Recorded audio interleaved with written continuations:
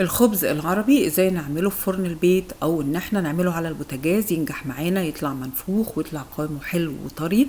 السلام عليكم ورحمة الله. انا نعومي. لو بتشوفوني لاول مرة، في علامة اشتراك تحت الفيديو بالاحمر بتضغطوا عليها وبتفعلوا الكل عشان يوصلكوا كل الاشعارات. ان شاء الله يوصلكوا الفيديو وانتوا في احسن حال. هنبتدي بالعجينة. عجينة بسيطة ما فيهاش لا دهون ولا حليب، عجينة في منتهى البساطة، عبارة عن دقيق. معايا دقيق مخبوزات نص كيلو، 4 كوبايات، معلقة من الملح صغيرة نزلت بيها، معلقة كبيرة من السكر وبقلبهم. ما بنحطش الخميرة مع الملح علشان الخميرة ما تفسدش. معلقة إلا ربع كبيرة من الخميرة، ومعايا مية دافية. هنزل ب200 ملي الأول المقدار علشان أعمل العجينة متماسكة. لو عندي نص كيلو بياخد 250 تقريبا ملي من المية. بنزل واحدة واحدة على حسب ما الدقيق يقبل معايا، ما بنزلش بالكمية كلها لأنه أهم حاجة في العجينة بسيطة مفيهاش دهون، لازم تتعجن كويس جدا. انزل شوية شوية بالمية لغاية ما تلم. المية بتكون دافية، لا تكونش سخنة. دايما المية مع الخميرة بتكون دافية مش سخنة. المية لو سخنة جامد هتموت لي الفطر بتاع الخميرة وهتفسد مش هتنشف. افضل قلت كويس زي ما انتوا شايفين، ايدي ببلها مية وافضل اعجن فيها لما قوامها ينعم. هسيبها تخمر هنا بعد ساعة تقريبا او اقل بحاجة بسيطة على حسب الحرارة اللي عندنا. هبتدي اقطعهم كرات على حسب الحجم بقى اللي انتوا عايزينه، تقطعوا بالحجم اللي انتوا عايزينه صغير او كبير. هعملهم كرات، بلمها كده، بقطعها وبلم الاطراف على بعض وبنكورها، وببتدي الفها كده بايدي براحة ايدي علشان تبقى ناعمة وملمسها حلو. لما افردها يبقى شكل الرغيف متساوي وجميل. هقطعهم كلهم بنفس الطريقة. العجينة حلوة، عجينة متوسطة القوام. اهم حاجة العجن كويس، نعجنها زي ما شفتوا طريقة العجن ازاي. بعجنها لغاية ما العجينة تقوى وتبقى ناعمة. هكورهم كلهم بالشكل ده ولازم اغطيهم. بعد كده هغطيهم علشان يرتاحوا زي 5-6 دقايق علشان اعرف افردهم. هنا بقى بعد ما ريحتهم شوية هبتدي افرد بعصاية بقى او نشابة كده صغيرة، وهنفردهم كلهم بنفس الشكل زي ما هتشوفوا. هاخدهم كده هنقلهم على جنب علشان تبقى كل حاجة واضحة قدامكم.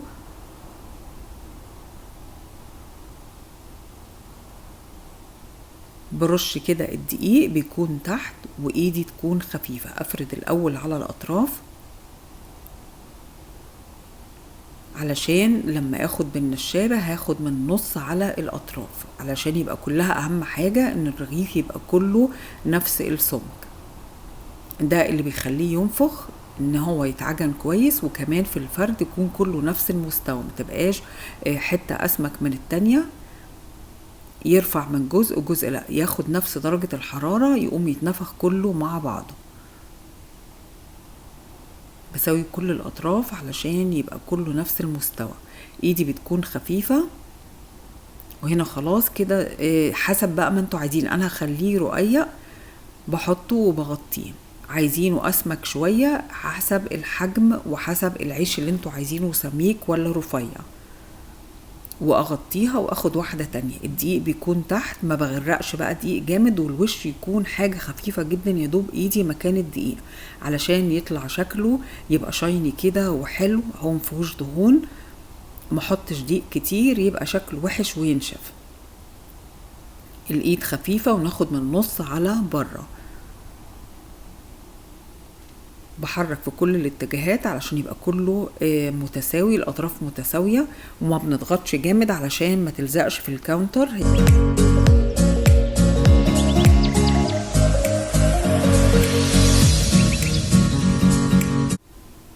الايد خفيفة وبفرد في كل الاتجاهات علشان يبقى بالتساوي تطلع متساوية.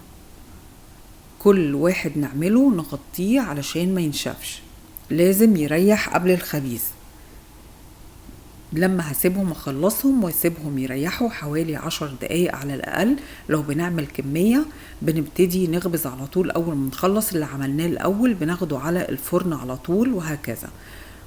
الفرن عندي على اعلى حرارة وحاطة فيه الحجر بتاع البيتزا. لازم اهم حاجة الحرارة العالية علشان العيش يطلع بنفس النتيجة، علشان يتنفخ وعلشان لونه يكون جولدن كده حلو، يطلع كده لونه جميل. لان طبعا ما فيهوش دهون، الحرارة لازم تكون عالية علشان يستوي بسرعة ما ينشفش، وفي نفس الوقت يطلع طري ويتنفخ. هتشوفوا طريقة التسوية في الخطوة اللي جاية. هخلصهم كلهم، افردهم واغطيهم.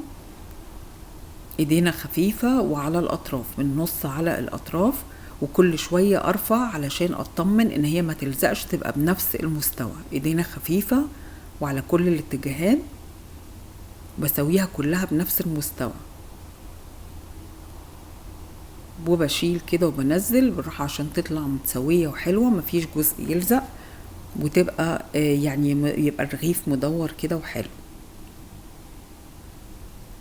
هغطيه واغطيهم كلهم. وهنا بعد ما خلصتهم حوالي 10 دقايق، الفرن سخن جدا، بطفي بقى النار تحت وبشغل على الشواية، علشان الحجر بيكون مخزن الحرارة، يقوم يحمر من فوق، يبقى زي الفرن بتاع المخبوزات، يبقى الحرارة متساوية فوق زي تحت.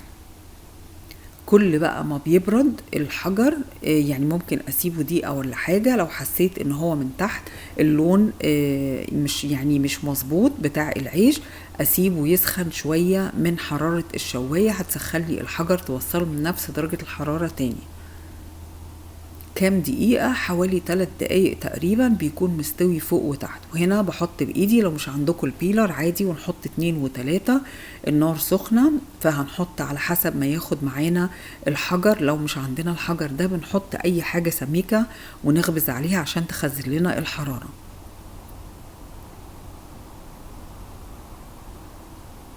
شايفين قد ايه معنى ان هو بيتنفخ؟ يعني خامر كويس ومرتاح كويس، وكمان الفرد لازم يكون كله بنفس المستوى ونفس السماكة. عايزين نخبزه على البوتاجاز. هنا واحدة، حطيت مصفى او نحط طاسة والنار تكون متوسطة. اول ما بتسخن كده بنخلي النار متوسطة مش عالية علشان ما يتحرقش، وبنسويه على الجنبين. هيستوي من الجنب ده هقلبه، وما بياخدش يعني دقيقتين برضو 3، بيكون جاهز وسريع. ان شاء الله اتمنى الوصفة تكون عجبتكم. لو عجبكم الفيديو ما تنسونيش في اللايك. اشكركم واشوفكم الفيديو الجاي. Thank you for watching. باي باي.